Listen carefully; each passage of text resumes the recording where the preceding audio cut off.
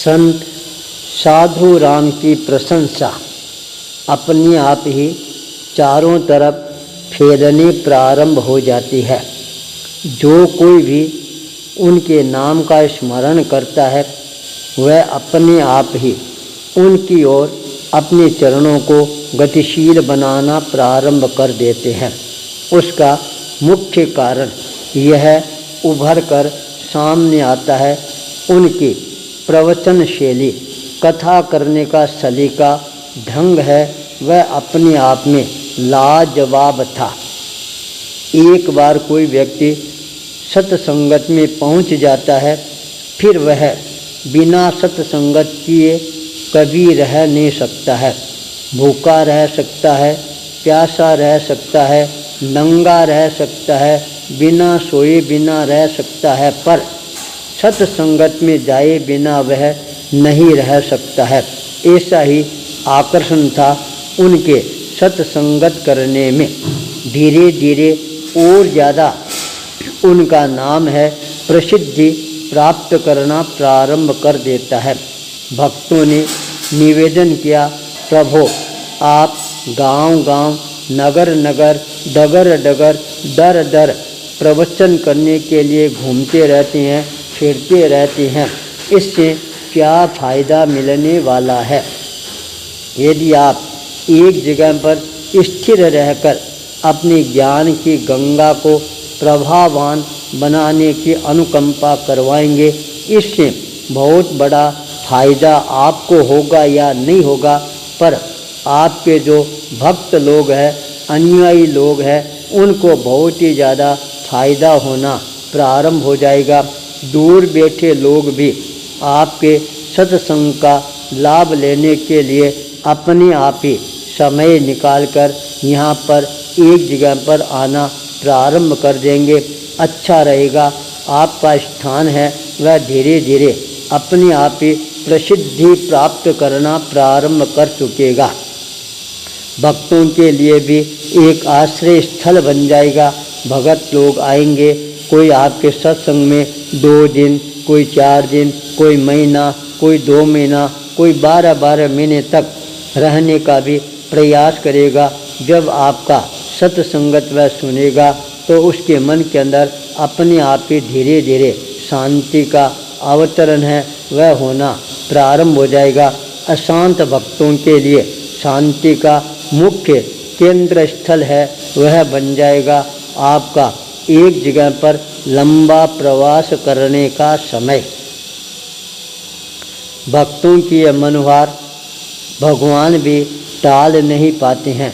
संत भी मौन रह जाती हैं, सोचना प्रारंभ कर देती हैं क्या करना चाहिए, क्या भक्तों की मनोहार को आदर सहित स्वीकार कर लेना चाहिए।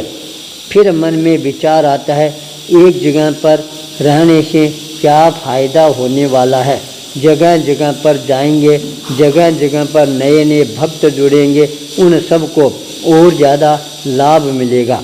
उसी समय दूसरा पहलू भी उभर कर सामने आता है।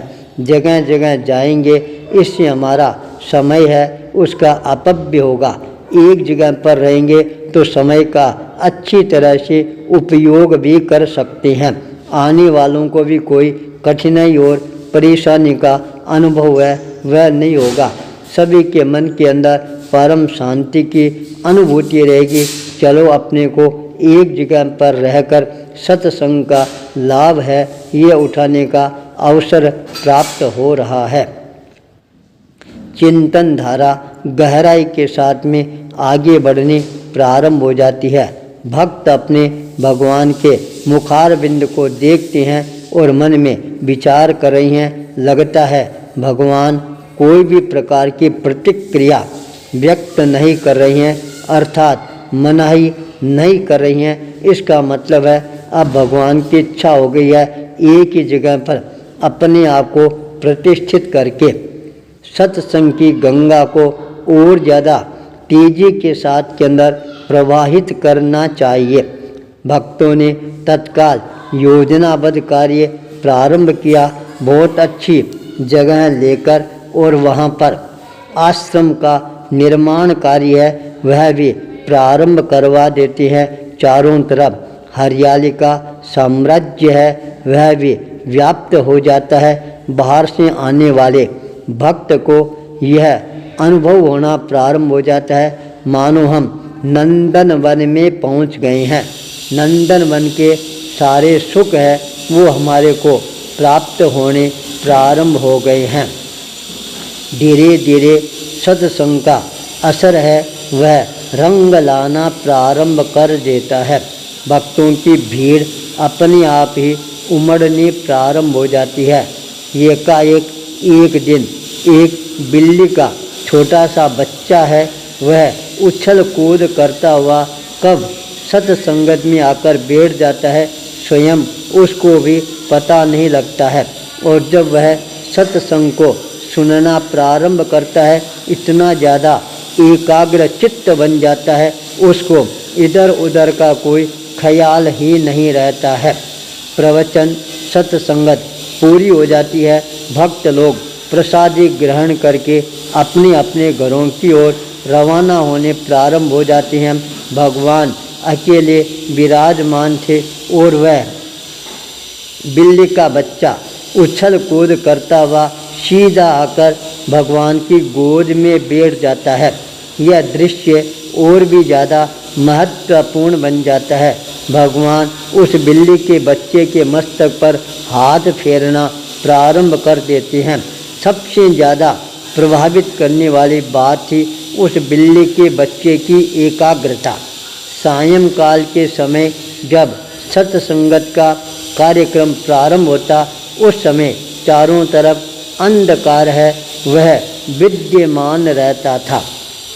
गुरु ने सोचा इसको प्रकाश में कैसे परिवर्तित किया जाए।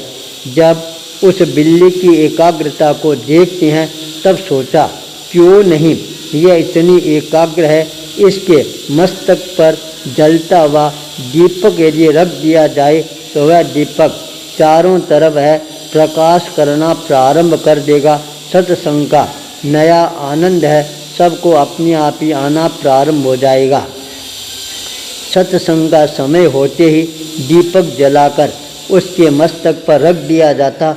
भक्त लोग अंधेरे में ठोकर नहीं खाते सीधे आकर सत्संग का लाभ लेना प्रारंभ कर देते। सबका ध्यान उस बिल्ली के ऊपर हमेशा केंद्रित रहता था और सोचते देखो कितनी एकाग्रता के साथ ये बिल्ली है सत्संग का लाभ लेती है। क्या हम भी इसी तरह से अपने आप को एकाग्र बनाकर लाभ ले सकते हैं क्या? पर एक कुतूहली सत्संगी मन में विचार कर रहा है ये बिल्ली इतनी एकाग्र चित्त बन रही है तो इसको कहीं न कहीं मेरे को विचलित करके ही रहना चाहिए। आज जब वह सत्संग की ओर अपने चरणों को गतिशील बनाना प्रारंभ करता है उसी समय उसके घर से एक चूहा इधर से उधर उछल कूद करते हुए नजर आता है। तत्काल उस चूहे को एक कपड़े में लपेट लेता है और सीधा सत्संग में आकर बैठ जाता है। सत्संग चल रहा था। सारे लोग ध्यानपूर्वक कथा का श्रवण कर रहे थे। बिल्ली बहुत ही ज़्यादा एकाग्रता के साथ बैठी हुई थी। चारों तरफ दीपक अपना प्रकाश है वह फैला रहा था और वह भक्त अचानक उस चूहे को बिल्ली के सामने छोड़ देता है।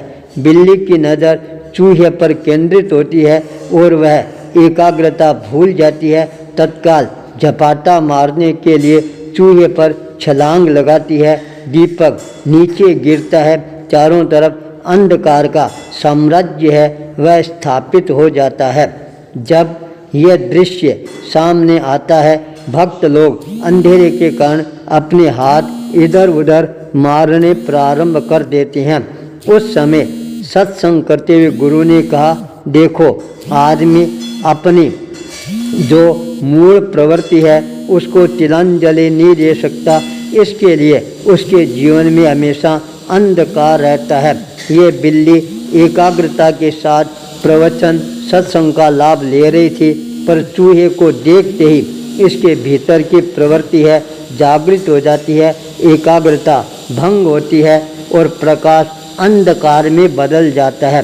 वैसे ही आप सब लोग सत्संगत में आते हो, पर जिस समय आपके मन में सत्संग की जगह लालच सवार होना प्रारंभ हो जाता है, तब आपका जीवन है वह भी अंधकार में बदलना प्रारंभ हो जाता है। इसलिए मूल प्रवृत्ति में परिवर्तन लाना ही अंधकार को प्रकाश में बदलना है और मूल प्रकृति स्वार्थ के अंदर अपने आप को वृद्ध करना है, अंधकार में और ज़्यादा अंधकार को पैदा करना है। जब तक परिवर्तन का दौर प्रारंभ नहीं होता है, तब तक अंधकार का